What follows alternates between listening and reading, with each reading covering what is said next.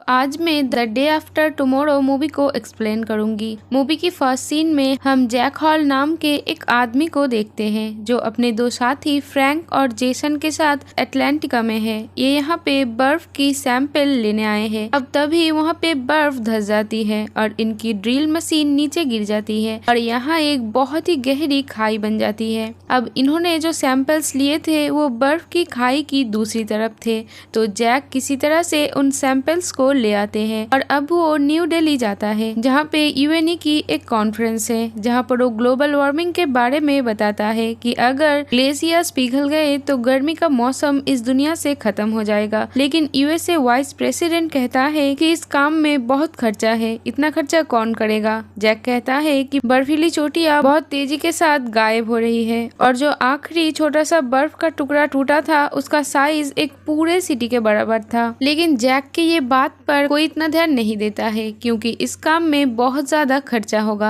इधर मौसम में अब बदलाव होना शुरू हो जाती है, समुद्र में तूफान आ जाता है और कहीं पे तो टेम्परेचर एकदम से डाउन हो जाता है। टोक्यो में तो आसमान से बड़े बड़े बर्फ के टुकड़े गिरने लगते हैं। इधर जैक घर आ जाता है और उसे पता चलता है उसका बेटा सैम फेल हो गया है जबकि वो बहुत अच्छा स्टूडेंट है। अब वो सैम से पूछता है तो सैम कहता है कि जवाब मेरे दिमाग में था तो मैंने नहीं लिखा। अब सैम अपने कॉलेज के दोस्तों के साथ न्यूयॉर्क जा रहा होता है जहाँ पर एक क्विज कॉन्टेस्ट होता है। अब वो फ्लाइट पे होता है तभी वहाँ एक बहुत बड़ा तूफान आ जाता है और जहाज जोर जोर से हिलने लगता है। ये देखकर सभी बहुत डर जाते हैं। इधर हम स्पेस में दो साइंटिस्ट को देखते हैं जो रिसर्च करने के लिए यहाँ आए थे। वो देखते हैं कि जमीन की तरफ बर्फ का एक बहुत बड़ा तूफान बढ़ रहा है। ये देखकर वो लोग काफी हैरान हो जाते हैं। इधर दूसरी तरफ हम प्रोफेसर टेरी रेप्सन को देखते हैं जो एक ओशनोग्राफर थे, मतलब वो समुद्र के मौसम का ध्यान रखते हैं। ये देखते हैं कि जहाँ समुद्र में पहले एक जगह 13 डिग्री सेल्सियस तापमान कम हुआ था वो अब लगातार कम होता जा रहा है और इतनी जल्दी इतनी तापमान गिरना कोई आम बात नहीं है। तो वो जैक हॉल को कॉल करता है।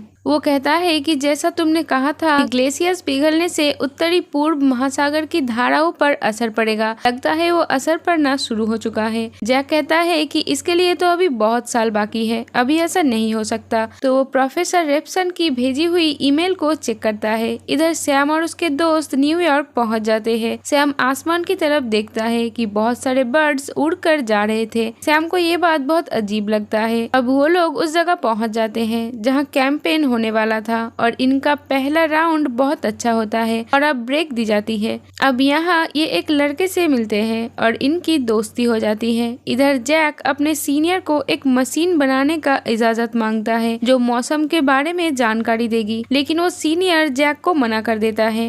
इधर अमेरिका के एक इलाके में बहुत बड़ा तूफान आ जाता है और इसमें बहुत तबाही होती है और बहुत सारे लोग इसमें मारे भी जाते हैं। तो अब अमेरिका की प्रेसिडेंट पूरे शहर में जहाज उड़ाने के लिए मना कर देता है। अब सीनियर समझ जाता है कि जैक बिल्कुल सही कह रहा था, तो अब वो जैक को वो मॉडल जल्दी से तैयार करने के लिए कहता है। लेकिन इस काम को करने के लिए जैक और उसके टीम को सिर्फ 48 घंटों का वक्त दिया जाता है। तो अब ये लोग उस मॉडल को बनाने में लग जाते हैं। अब इन्हें पता चलता है कि 8 हफ्तों में ही सब कुछ खत्म हो जाएगा, तो इन्हें कुछ भी करके लोगों को बचाना होगा। अब जैक सैम को कॉल करके वापस आने के लिए कहता है, तो सैम कहता है कि यहाँ कोई भी जहाज नहीं उड़ रहा है तो मैं वापस नहीं आ सकता। अब जैक सभी रिपोर्ट्स प्रेसिडेंट की साथी को दिखाता है, लेकिन इस बार भी वो जैक के बातों पे ध्यान नहीं देता। अब समुद्र के साइंटिस्ट देखते हैं मौसम के बदलने के वजह से टेम्परेचर काफी तेजी से नीचे गिर रहा है और अगर ऐसा ही चलता रहा तो बहुत जल्द सब कुछ जम जाएगा।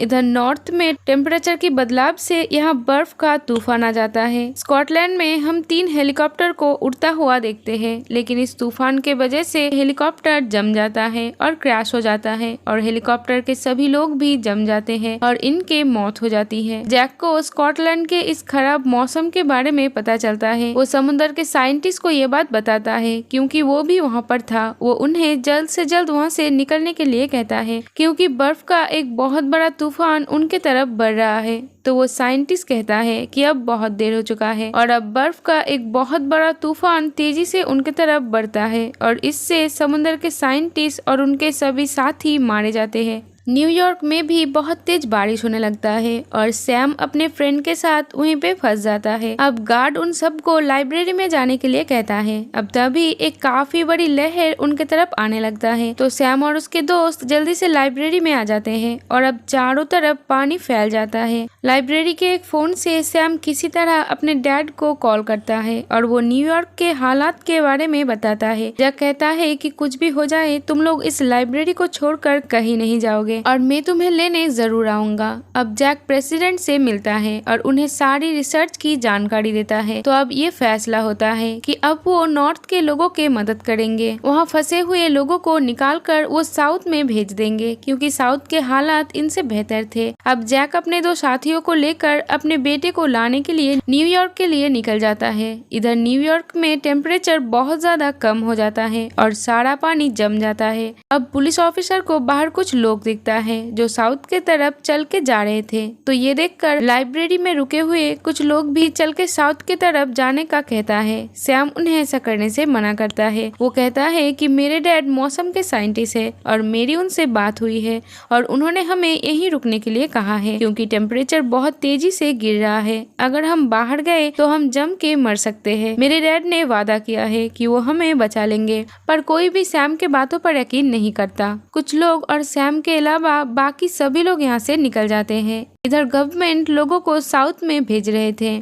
जैक और उनके साथी का बर्फ के वजह से गाड़ी खराब हो जाता है, तो अब इन्हें पैदल ही आगे बढ़ना होगा। इधर सैम और बाकी लोग ठंड से बचने के लिए लाइब्रेरी के सारी बुक्स को जलाने लगते हैं। इधर मौसम के खराबी के वजह से प्रेसिडेंट की मौत हो जाती है और प्रेसिडेंट के साथी को ही अब प्रेसिडेंट बना दिया जाता है। इधर जैक और उसके साथी एक जगह पे पहुँचते हैं जहाँ बर्फ के वजह से सभी बिल्डिंग्स बर्फ से ढक चुके थे और ये लोग उन्हीं बिल्डिंग्स के ऊपर से चल रहे थे। तभी उसके एक साथी का पैर एक बिल्डिंग में फिसल जाता है और वो नीचे गिर जाता है और उसकी मौत हो जाती है। जैक इससे बहुत ज्यादा दुखी हो जाता है, लेकिन अपनी जान बचाने के लिए ना चाहते हुए भी इन्हें आगे बढ़ना पड़ता है। इधर सैम के फ्रेंड की तबीयत बहुत ज्यादा खराब हो जाता है, तो सैम अपने फ्रेंड्स के साथ पानी के जहाज में दवाई लेने के लिए जाता है क्योंकि वो जहाज समुद्र से इधर आ गया था। अब तभी उन लोगों पर भेड़िया हमला कर देते हैं जो जंगल से यहाँ आ गए थे।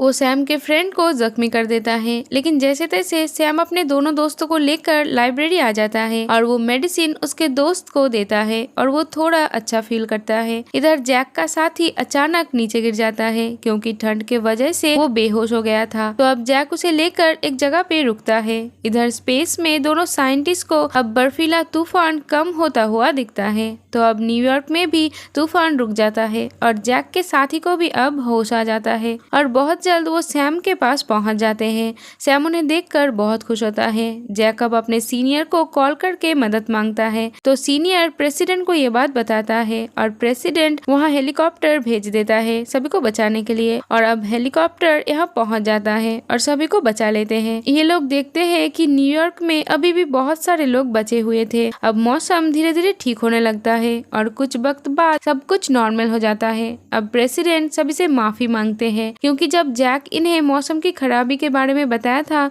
तो उन्होंने जैक के बात नहीं मानी थी। अगर वो तब जैक के बात मान लेता तो आज बहुत सारे लोग बचे हुए होते। वो कहता है कि ये हमें कुदरत की तरफ से दिखाया गया बस एक छोटा सा सैंपल था। अगर हम प्रकृति की कदर नहीं करेंगे, उसके साथ छेड़छाड़ करेंगे तो हमें ऐसे ही सजा मिलती रहेगी। कुदरत ने हमें दिखा ही दिया कि हम इंसान उनके सामने कुछ भी नहीं है। और इसी के साथ ये मूवी यहीं पर खत्म हो जाती है। Thank you for watching. Bye bye.